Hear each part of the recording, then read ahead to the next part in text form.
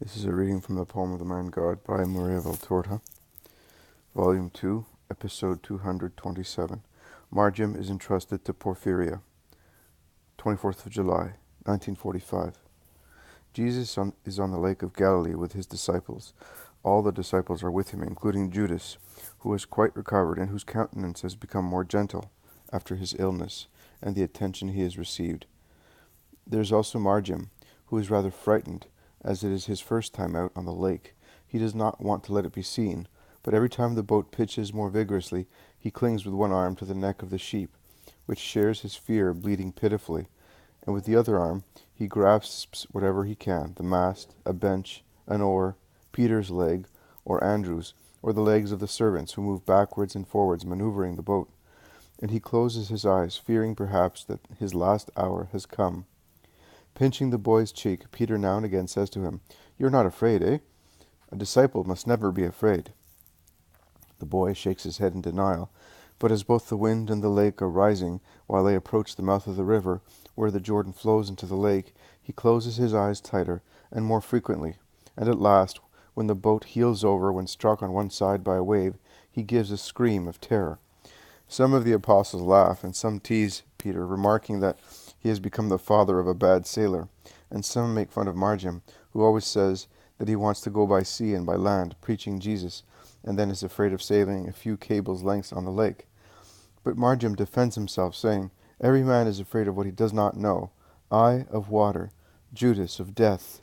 I thus realize that Judas must have been afraid of dying, and I am surprised that he does not react to the boy's remark. On the contrary, he says, "You are right. Everyone is afraid of what one does not know. But we are about to arrive at Bethsaida, which is only a short distance away, and you are sure that you will find love there. I also would like to be at a short distance from the house of the Father, and be sure of finding love there." He says so with a tired, sad expression. "Are you not trusting God?" asks Andrew, who is obviously amazed. "No, I mistrust myself. During the days of my illness, when I was surrounded by so many pure, good women, I felt so backward spiritually. How much I meditated. I would say to myself, if they still work to improve themselves and earn heaven, what must I do? Because they feel that they are still sinners, whereas I thought that they were already saints. And what about me? Will I ever succeed, Master? With good will one can do everything. But my will is very unreliable. The help of God will make up for what is missing. Your present humility is a result of your illness. You can thus see that God, through a painful incident, has provided for you something that you did not have. That is true, Master. But those women, what perfect disciples they are. I am not speaking of your mother. We all know about her. I mean the others. Oh, they have really surpassed us. I was one of their first tests for their future ministry. But believe me, Master, you may rely entirely on them. Eliza and I were looked after by them, and she has gone back to Bethzer with a completely changed soul and mentality. And I hope to change too, now that they have worked on me." Judas, who is still physically not too strong, begins to weep. Jesus, who is sitting beside him, lays his hand on his head, nodding to the others to be silent.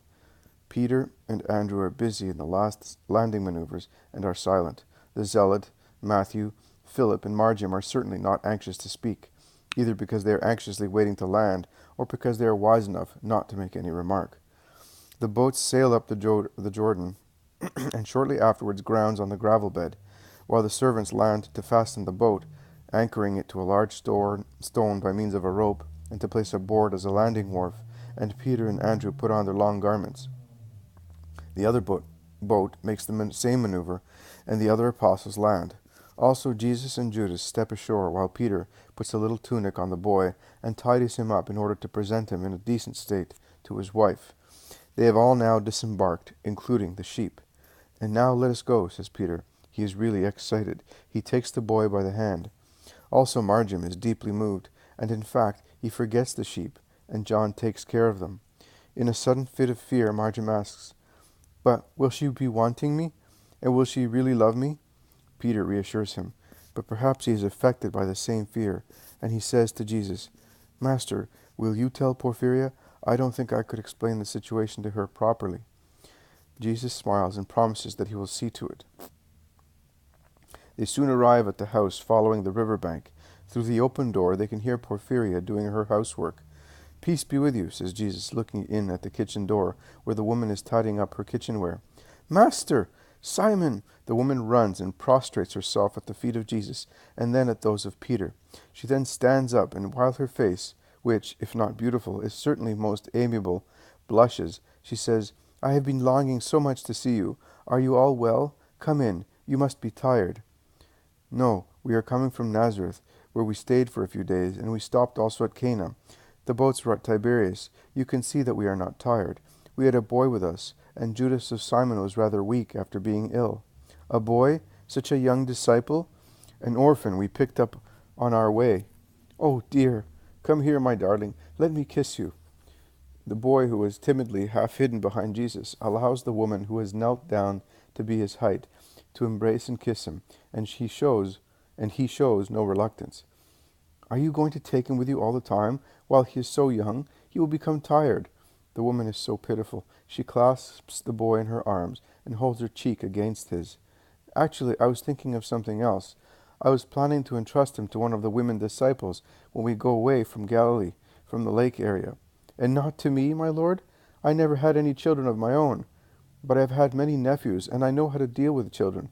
I am the disciple who is not good at speaking, who is not so healthy as to be able to follow you, as the other women disciples do. Oh, you know, I may also be cowardly, if you think so, but you know how I am tied up." "Did I say tied up? I am tied with 2 ropes, each pulling me in opposite directions, and I have not the courage to cut off either one or the other. Let me be of some little service to you.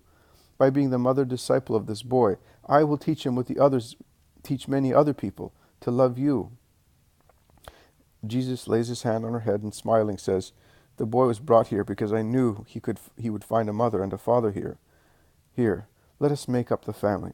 And Jesus puts Marjiam's hands into those of Peter, whose eyes are shining with tears, and those of Porphirea, and bring this innocent boy up in a holy manner. Peter, of course, already knew, and he only wipes off a tear with the back of his hand. But his wife, who was not expecting so much, is left in mute amazement for a few moments. She then kneels down again, saying, "Oh, my Lord, you took away my husband and left me almost a widow. Now you are giving me a son. You are giving back all the roses to my life, not only the ones you took, but also the ones I never had. May you be blessed. This boy will be dearer to me than if he had been the fruit of my own womb, because he comes to me from you."